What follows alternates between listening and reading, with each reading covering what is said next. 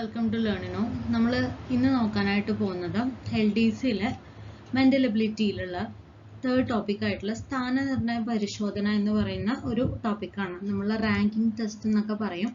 അതായത് കുറച്ച് പേരുണ്ട്, അപ്പോൾ അവിടുന്ന് മുന്നിൽ നിന്ന് ഇത്രാമത്തെയാണ്, പിന്നിൽ നിന്ന് ഇത്രാമത്തെയാണ്, അങ്ങനെയാണെങ്കിൽ നടുക്കുള്ള ആളുടെ സ്ഥാനം എന്താണ്, അപ്പം അങ്ങനെ ഒരു വ്യക്തിയുടെ പൊസിഷൻ അല്ലെങ്കിൽ എന്തിനൊക്കെ സ്ഥാനം നിർണ്ണയിക്കാൻ ഉള്ള രീതിയിലുള്ള ചോദ്യങ്ങൾ കാണാറുണ്ട്. അപ്പോൾ അതുമായിട്ട് ബന്ധപ്പെട്ടിട്ടുള്ള കുറച്ച് ക്വസ്റ്റ്യൻസ് ആണ് നമ്മൾ ഇന്ന് ഡിസ്കസ് ചെയ്യാനായിട്ട് പോകുന്നത്. അല്ല, ഫസ്റ്റ് ക്വസ്റ്റ്യൻ, 60 കാറുകളുടെ നിരയിൽ കാർ എ വലതുവശത്ത് നിന്ന് 36ാം സ്ഥാനത്താണ്. അപ്പം മൊത്തം കാറുകൾ എത്ര ഉണ്ട്? 1 മുതൽ 60 കാറുകൾ ഉള്ള ഒരു നിരയാണ്. അതിൽ വലതുവശത്ത് നിന്നും കാർ എ എന്ന് പറയുന്നത് വലതുവശത്ത് നിന്നും 32ാം സ്ഥാനത്താണ് ഈ പറയുന്ന കാറ് നിൽക്കുന്നത്. ഇടതുവശത്ത് നിന്നും അതിന്റെ സ്ഥാനം എത്ര, ഇവിടെ നിന്ന് അതിന്റെ പൊസിഷൻ എത്ര എന്നുള്ളതാണ് നമ്മൾ ചോദിക്കുന്നത്. ഓക്കെ, അപ്പൊ ഇങ്ങനെയുള്ള കണ്ടീഷനിൽ നമ്മൾ എന്താ ചെയ്യുക? നമ്മൾക്ക് ടോട്ടൽ എണ്ണം കിട്ടിയിട്ടുണ്ട്. അതായത് ഇടതുവശത്തുള്ള സ്ഥാനം എക്സ് എന്ന് കൊടുക്കുകയാണെന്നുണ്ടെങ്കിൽ ഇടതുവശത്ത് നിന്നുള്ള സ്ഥാനം പ്ലസ് വലതുവശത്തുള്ള സ്ഥാനം -1 ചെയ്താലാണ് ടോട്ടൽ എത്ര എണ്ണം എന്നുള്ളത് കിട്ടാമെന്ന് നമുക്കറിയാം അല്ലെ. അപ്പൊ അങ്ങനെയെങ്കിൽ ഇതിൽ എക്സിന്റെ വാല്യൂ കിട്ടണം എന്നുണ്ടെങ്കിൽ എന്ത് ചെയ്താൽ മതി? 32 - 1 എന്ന് പറയുന്നത് 31ആണ്. അപ്പൊ എക്സിന്റെ വാല്യൂ കണ്ടുപിടിക്കുന്നത് എങ്ങനെയാ? 60 - 31 ചെയ്താൽ നമ്മൾക്ക് കിട്ടും. 60 - 31 ചെയ്ത് കഴിഞ്ഞാൽ നമ്മൾക്ക് എത്ര കിട്ടും? 29 എന്ന് കിട്ടും അല്ലെ. 29 ആണ് ഇതിന്റെ കറക്റ്റ് ആയിട്ടുള്ള ആൻസർ. ഓപ്ഷൻ എ ആണ് കറക്റ്റ് ആയിട്ടുള്ള ആൻസർ. ഓക്കെ, അപ്പോൾ ഇതെങ്ങനെയാ ചെയ്തെന്നുള്ളത് എഴുതിയിരിക്കുകയാണ്. നമ്മളിപ്പോൾ ചെയ്തിട്ടുള്ള രീതിയിൽ അങ്ങനെ ഡയറക്റ്റ് ആയിട്ട് തരാം. അതിന് സ്റ്റെപ്പ് ബൈ സ്റ്റെപ്പ് എഴുതുകയാണെന്നുണ്ടെങ്കിൽ ഇടതറ്റത്ത് നിന്നുള്ള സ്ഥാനം എന്ന് പറയുന്നത് കാറുകളുടെ മൊത്തം എണ്ണത്തിനോട് 1 കൂട്ടിയിട്ട് വലത് അറ്റത്ത് നിന്നുള്ള സ്ഥാനം കുറയ്ക്കുക എന്നുള്ളതാണ്. ഇത് തന്നെയാണ് ഞാൻ മറ്റൊരു സ്റ്റെപ്പായിട്ട് ഒറ്റ സ്റ്റെപ്പിൽ നമ്മൾ നേരത്തെ എഴുതിയത് കേട്ടോ. അപ്പൊ ഇടതറ്റത്ത് നിന്നുള്ള സ്ഥാനം നമുക്ക് കിട്ടുന്നതിന് 60 + 1 - 32, അതായത് 29. അപ്പൊ ഇടത് അറ്റത്ത് നിന്നും കാർ എയുടെ സ്ഥാനം എത്രയാണ്? 29. ഓപ്ഷൻ എ ആണ് കറക്റ്റ് ആയിട്ട് ആൻസർ. സെക്കൻഡ് ക്വസ്റ്റ്യൻ, 50 കാർഡുകളുടെ നിരയിൽ ഇടതുവശത്ത് നിന്നും 50 കാർഡുകളുടെ നിരയിൽ ഇടതുവശത്ത് നിന്ന് രാധ 27ാമത്തെ കാർഡാണ് തരുന്നത്. മൊത്തം 1 മുതൽ 50 വരെ കാർഡുകൾ ഇങ്ങനെ കിടക്കുന്നുണ്ട്. അപ്പോൾ ഇതിൽ രാധ 27ാമത്തെ കാർഡ്, ഒന്നിന്ന് ഇവിടുത്തെ 27ാമത്തെ കാർഡ് തിരഞ്ഞെടുത്തു കേട്ടോ.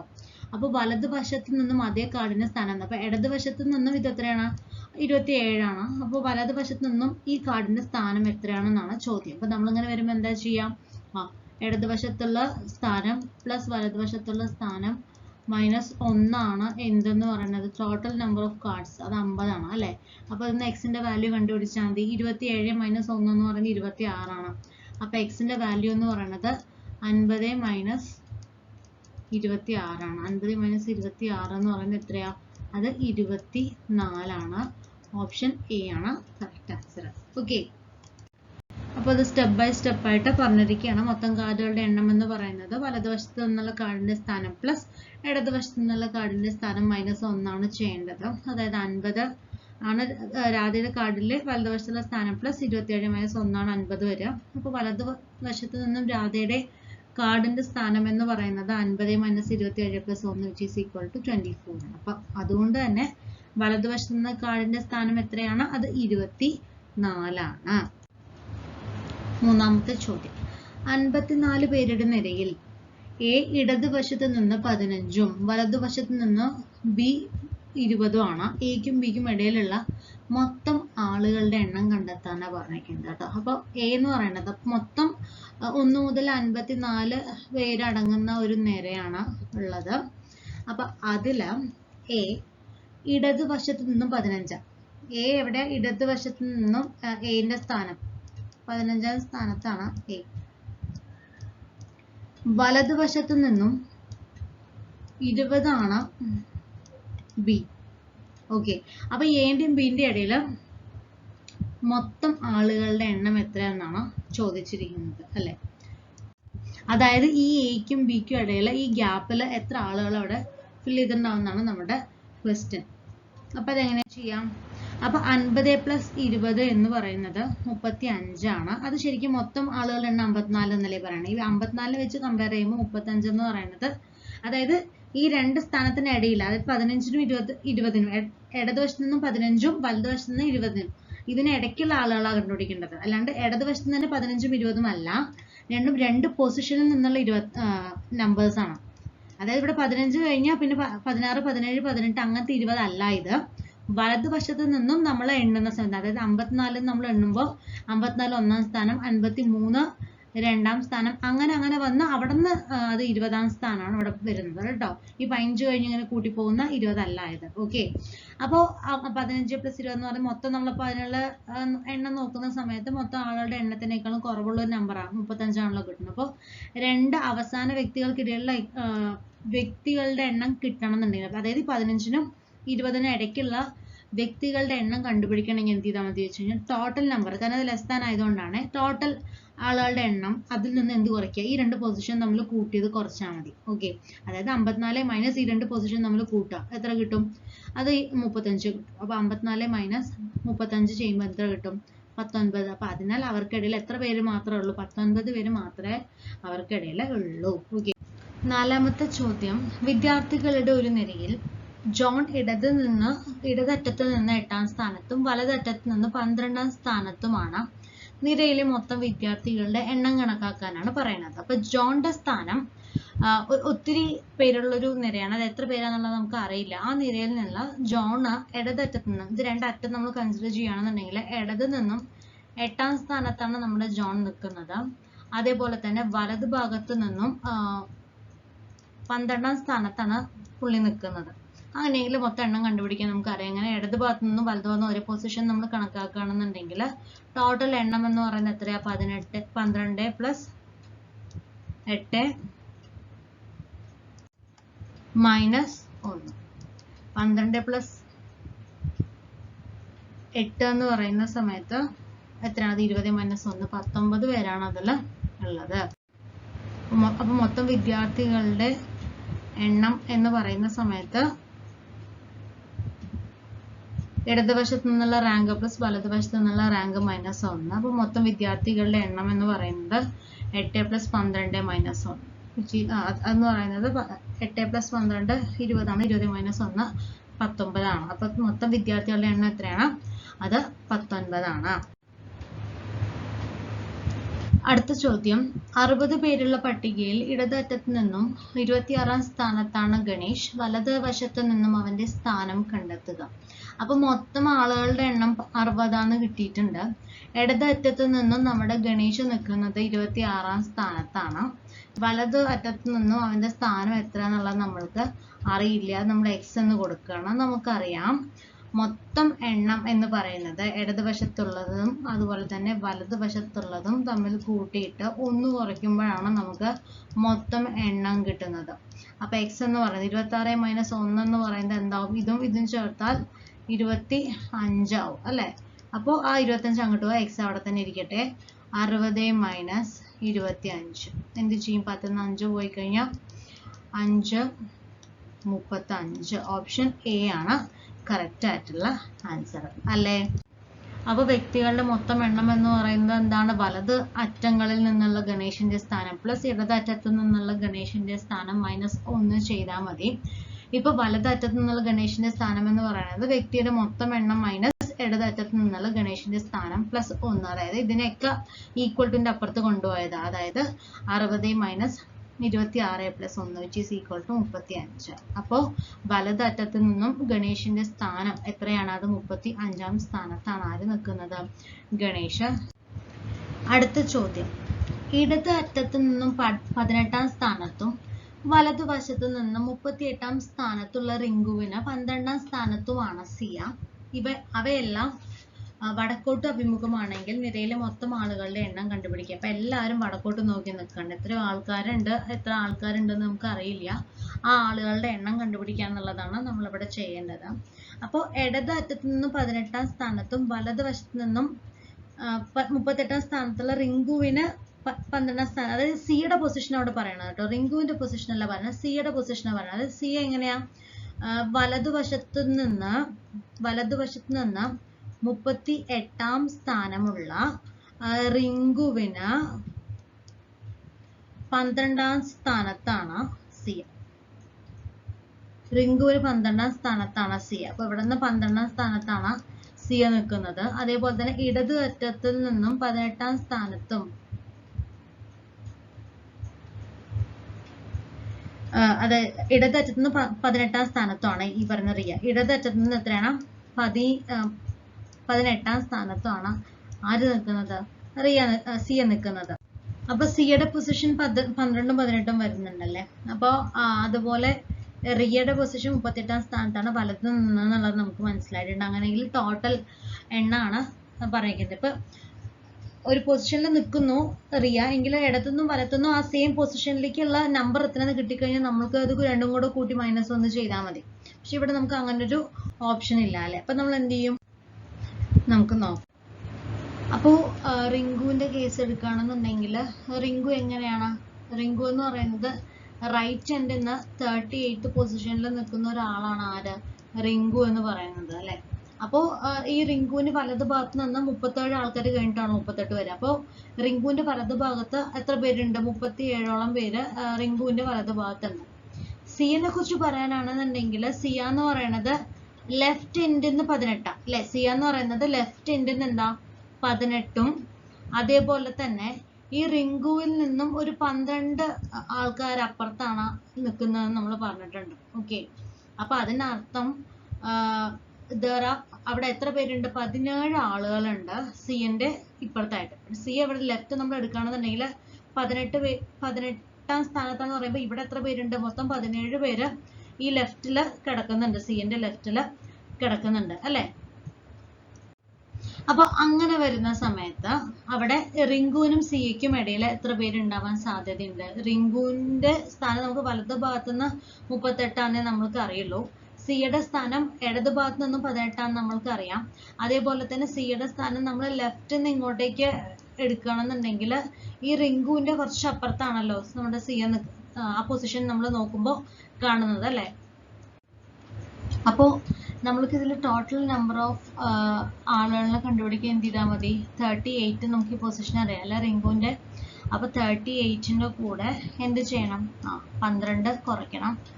അതേപോലെ തന്നെ 18 -12 + 18 -1 ചെയ്ത് കഴിഞ്ഞാൽ ടോട്ടൽ നമ്പർ ഓഫ് ആളുകൾ നമുക്ക് കിട്ടും. അപ്പൊ ഇതെങ്ങനെയാ വരിക?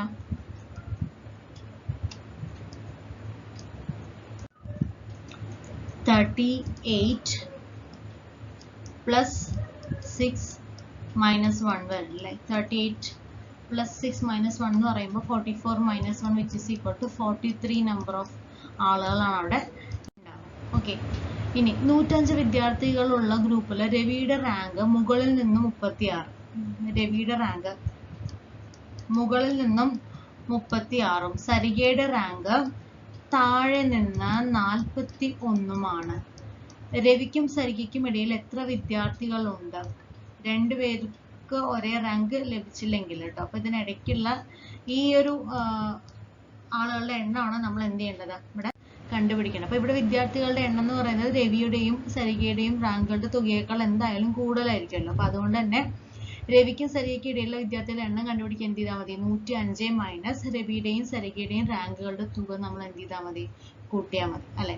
അപ്പോ 105 - അവർ രണ്ടുപേരുടെ റാങ്കുകളുടെ തുക എടുക്കുക. 105 - 36 + 41 which is equal to 28 നമ്മൾക്ക് ഇവിടെ ഉത്തരം കിട്ടുക. അടുത്ത ചോദ്യം, 100 വിദ്യാർത്ഥികളുള്ള ഒരു ബാച്ചിൽ കാവ്യയുടെ റാങ്ക് മുകളിൽ നിന്നും 50ഉം ലക്കിയുടെ റാങ്ക് 100 വിദ്യാർത്ഥികളുള്ള ഒരു ബാച്ചാണ്. അപ്പൊ കാവ്യയുടെ റാങ്ക് മുകളിൽ നിന്നും നോക്കുമ്പോൾ 50 ആണ്. ലക്കിയുടെ റാങ്ക് എന്ന് പറയുന്നത് താഴെ നിന്നും അത് 68 ആണ്. കാവ്യയ്ക്കും ലക്കിക്കും ഇടയിൽ എത്ര വിദ്യാർത്ഥികൾ ഉണ്ട് എന്നാണ് ചോദിക്കുക. ഈ ഒരു ഗ്യാപ്പിൽ എത്ര വിദ്യാർത്ഥികൾ ഉണ്ട് എന്നാണ് ചോദിക്കുന്നത്. തൊട്ട് മുമ്പ് ചെയ്ത പോലെ ഇവിടെ വിദ്യാർത്ഥികളുടെ എണ്ണം എന്ന് പറയുന്നത് കാവ്യയുടെയും ലക്കിയുടെയും റാങ്കുകളുടെ തുകയേക്കാൾ കുറവാണ്. അപ്പൊ അതിനാൽ കാവ്യയ്ക്കും ലക്കിക്കും ഇടയിലുള്ള വിദ്യാർത്ഥികളുടെ എണ്ണം കണ്ടുപിടിക്കണമെങ്കിൽ എന്ത് ചെയ്താൽ മതി? കാവ്യയുടെയും ലക്കിയുടെയും റാങ്കുകളുടെ തുക മൈനസ് മൊത്തം വിദ്യാർത്ഥികളുടെ എണ്ണം -2 ചെയ്താൽ മതി. അതായത് കാവ്യയുടെയും ലക്കിയുടെയും റാങ്കുകളുടെ തുക എന്ന് പറയുന്നത് നമുക്ക് മനസ്സിലായത് 50ഉം അതുപോലെ തന്നെ 68 ആണ് അല്ലെ. 50 + 68 അതൊരു സെറ്റ് അവിടെ ഇരിക്കട്ടെ. അതിന്റെ കൂടെ മൊത്തം വിദ്യാർത്ഥികളുടെ എണ്ണം അത് 100 ആണ്. -2 ചെയ്യുമ്പോൾ നമുക്ക് എന്ത് കിട്ടും? അത് 16 എന്ന് നമ്മൾക്ക് ഉത്തരം കിട്ടും.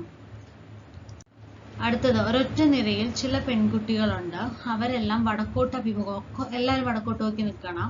അപ്പോൾ ഇടതറ്റത്ത് നിന്നും ദീക്ഷ ഇടതറ്റത്ത് നിന്നും 19ാം റാങ്കും വലതുവശത്ത് നിന്ന് തൃഷ 17ാം റാങ്കും. തൃഷ വലതുവശത്ത് നിന്ന് നോക്കുമ്പോൾ 17ാമത്തെ റാങ്കുമാണ്. 5 വിദ്യാർത്ഥികൾ അവയ്ക്കിടയിൽ ഇരിക്കുകയാണ്. അപ്പൊ ഇവർക്കിടയിൽ ഒരു 5 പേര് ഇരിക്കുന്നുണ്ടെന്നാണ് പറയുന്നത്. അപ്പൊ ക്ലാസ്സിലെ വിദ്യാർത്ഥികളുടെ എണ്ണം എത്രയാണെന്നാണ് നമ്മൾ കണ്ടുപിടിക്കേണ്ടതായിട്ട് ഉള്ളത്. അപ്പൊ ഇവിടെ ദീക്ഷയ്ക്കും അതുപോലെ തൃഷയ്ക്കും ഇടയിലുള്ള ആളുകളുടെ എണ്ണം എന്ന് പറയുന്നത് ഏറ്റവും താഴ്ന്ന സ്ഥാനത്തുള്ള വ്യക്തിനേക്കാളും കുറവാണ്. അപ്പൊ ഇങ്ങനെ വരുമ്പോൾ തൃഷയുടെ സ്ഥാനം അവിടെ നമ്മൾ താഴ്ന്നതാണെന്ന് മനസ്സിലാക്കുക. അതായത് 17ാം സ്ഥാനത്ത് ആണെന്ന് മനസ്സിലാക്കുക, which is -1.